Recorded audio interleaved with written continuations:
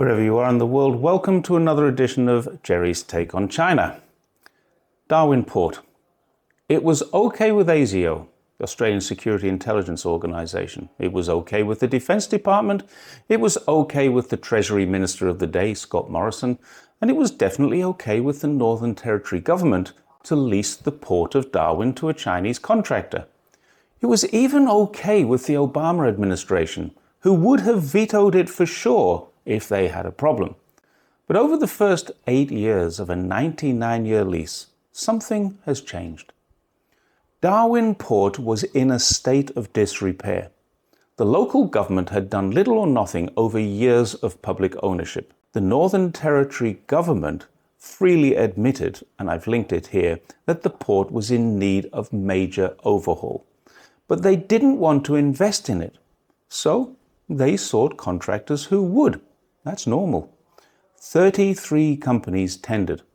And after months of scrutiny and investigations, Landbridge Industry Australia, a subsidiary of Landbridge Shandong, won the contract. Only then came questions about the owner, Le Chung, or his connections to the CPC and President Xi. But that's all they are. They're questions. Questions raised by media and nothing more. After ASIO ticked it off, PM Malcolm Turnbull approved the deal. It was signed in November 2015, a significant date because just a few weeks later, on the 20th of December, a free trade agreement with China was entered into force. And this, as with the $500 million windfall for the Northern Territory, was very good news for Australia. Good news indeed. China accounts for 1/3 of all Australia's trade. Australia is the only country in the developed world to have a trade surplus with China. China is, at the same time, the largest customer of Australian resources and agricultural products, as well as Australia's largest supplier.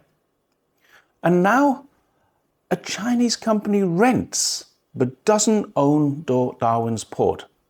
Now, if we read Australian media, we can be forgiven for thinking that there are problems. But China and Australia are in fact on a path to recovery from all those problems caused by the previous Morrison government. Since June 2022, 1 month after the current government took office, there have been no less than 19 high-level meetings or visits between Australian ministers, deputy ministers, and prime ministers. Another prime ministerial visit has been confirmed for during the next few weeks. Our media aren't being honest with us.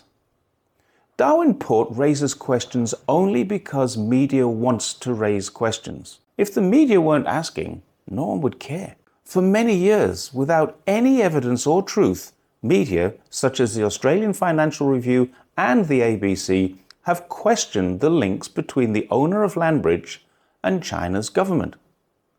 There's still no evidence of a link, and even if there were, would it matter? China's communist government opened in 1979, and Australia has become wealthy because of it. Consistently, China has dealt with Australia in a fair manner. Some people will say, what about the issues? Yes, there were some issues, but they were not of China's making. The disputed coal, if we can call it that, was proven by parliamentarian Andrew Wilkie to be inferior coal. China was right to reject it, but is now accepting coal again. Barley and wine were being dumped into China. Once again, China was right to stop that happening. And in the case of barley, the issue is now resolved. And hopefully, very soon, wine will be too. These were nothing more than very small, relatively insignificant matters in the scope of things, which were blown out of all proportion by a media creating and politicians riding a wave of anti-China sentiment. Wherever we look, we hear allegations of an increasingly aggressive China. According to the Department of Foreign Affairs and Trade, DFAT, this is actually not the case. China's neighbors, the Philippines, South Korea, Japan, and many other Pacific islands are bristling with US weapons directed at China. China has consistently stated that it is prepared to wait 1,000 years for peaceful reunification with Taiwan, while the USA has landed troops, conducted military drills with allies, including Australia, around Taiwan. It has sent senior-level political visitors, and it's added more weapons under a Ukraine-style aid package to a recognized and accepted, although renegade, province of China. USA is now offering F-16 fighter jets to Vietnam. Clearly, these are not for aerial display purposes. And now the US is trading in what media reports as secret arms deals with Pakistan, another of China's neighbors. None of this is evidence of China's military aggression. It's actually quite the opposite. China has exhibited discipline and levels of self-control which show a very high level of maturity. A 2022 Pentagon report to Congress indicated that the Pakistan Port of Gwadar could one day host the People's Liberation Army Navy, and indeed it could. But there's no evidence that it ever will, and facts prove that it never has. Australia is what it is today because it escaped the financial crash of 2008 relatively unscathed. It did this because it was trading volume with China. It was resources that kept Australia afloat, and those resources need to be shipped. Since the tender was won by what was at the time a friendly nation, we should ask ourselves what changed and why there are now security concerns which didn't exist.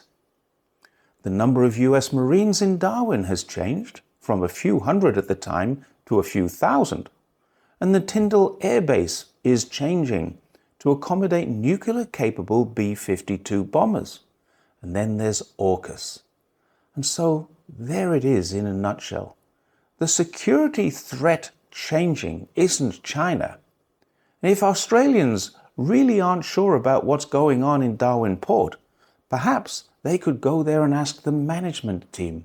The CEO is Peter Dummett, a 20-year Royal Australian Navy veteran, or the GM of operations, Ian Niblock, an Australian master mariner with 44 years experience. Check the management list. There isn't a Chinese name on it. Furthermore, if there is a conflict with China, which we hope there won't be, there are thousands of military personnel, both US and Australian, within a few kilometers of Darwin Port. They can easily take control from the Australian management team. China's nearest troops, on the other hand, are in Hainan, 6,000 kilometers away. Where's the threat? What Australia really should do is work with China, as they did between 1979 and up to 2015. Australia was indeed the lucky country. During periods of global recession, Australians had a financial cushion of exports to China, and China was paying enough for them that Australia continued to earn decent income to allow imports of finished products from their biggest supplier, China. It's definitely not to Australia's advantage to park nuclear-capable bombers or nuclear-powered or even armed submarines in or near an Australian port that is being well managed by Australians who happen to work for a Chinese boss. The government of the day, the Defense Department, DFAT, the intelligence community never had a problem. Why is it then that media keeps asking these unanswered questions? Thanks once again for watching Jerry's Take on China, and I'll see you next time.